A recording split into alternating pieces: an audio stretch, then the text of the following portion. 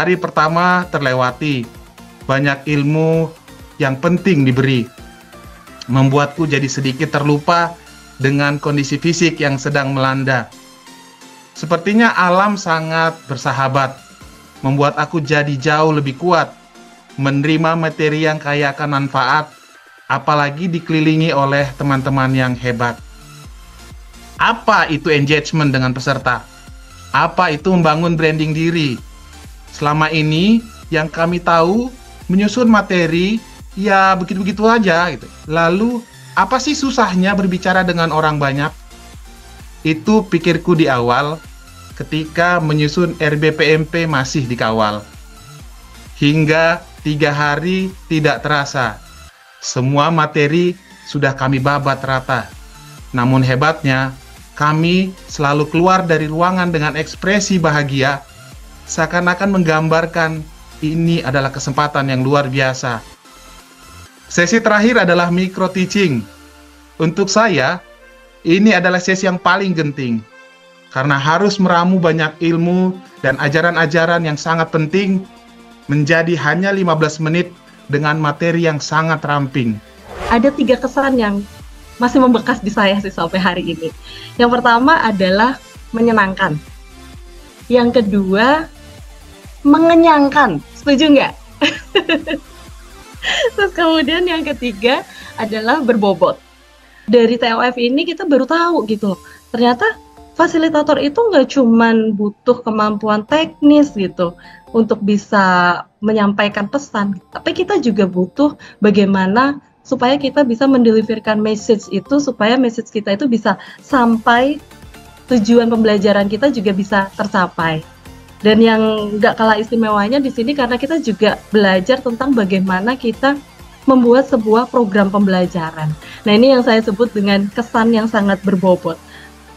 Dan alhamdulillah kami mendapatkan peserta yang luar biasa, peserta yang hebat, dan saya ingin memberikan apresiasi yang setinggi-tingginya nih kepada teman-teman peserta, mulai dari kelas A dan kelas B.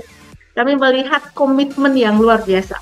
Ada semangat di sana, partisipasi aktif yang ditunjukkan peserta sepanjang pelatihan. Begitu kami datang ke hotel, pada saat itu check-in sudah melihat ada aura-aura pembelajar di wajahnya. Udah melihat ada semangat untuk komitmen mengikuti TOEF ini sampai dengan selesai. Dan sepanjang pelatihan ini kami melihat teman-teman ini menunjukkan kontribusi sebagai bentuk profesionalisme teman-teman BPS yang itu saya yakin menjadi ciri khas dari SDM BPS.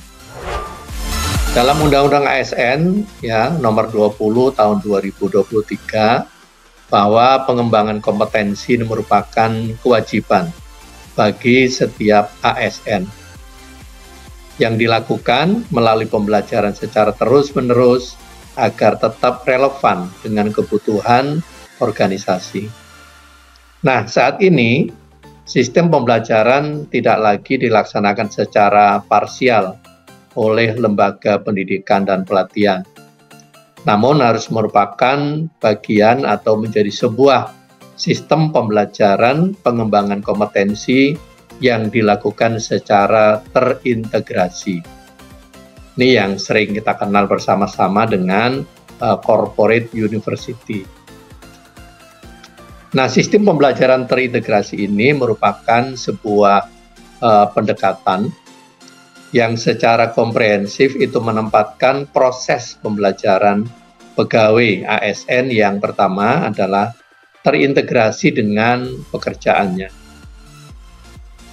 Yang berikutnya adalah sebagai bagian penting dan saling terkait dengan komponen manajemen ASN, ya, serta terhubung dengan pegawai ASN lain lintas instansi pemerintah maupun dengan pihak-pihak lainnya.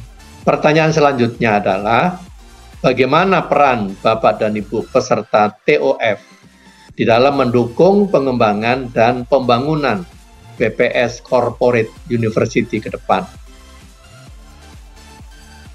Sebagai seorang fasilitator, Bapak dan Ibu dituntut tidak hanya menguasai materi teknis terkait dengan sensus dan survei, yang sedang diselenggarakan. Tetapi Bapak Ibu, teman-teman semua juga harus mampu melengkapi diri dengan beragam pengetahuan dan keterampilan lainnya, termasuk teknologi informasi terbarukan. Bapak dan Ibu, teman-teman saya harus mampu menempatkan diri sebagai seorang knowledge facilitator di depan peserta. Motivasi sebagai seorang knowledge facilitator akan mendorong Bapak Ibu teman-teman semua sebagai seorang individu yang terus melakukan pembelajaran. Level dasar ini dikenal sebagai individual learning. Jika hal ini dilakukan oleh setiap individu pegawai BPS, maka insya Allah dapat terwujud suatu organization learning. Dan pada akhirnya dapat membentuk BPS sebagai suatu organizational performance, yaitu totalitas hasil kerja organisasi di dalam pencapaian tujuan, baik waktu pencapaiannya, ukuran pencapaiannya, juga nilai-nilai yang digunakan di dalam pencapaian ukuran itu sendiri, serta standar-standar kerja yang terstruktur yang digunakan.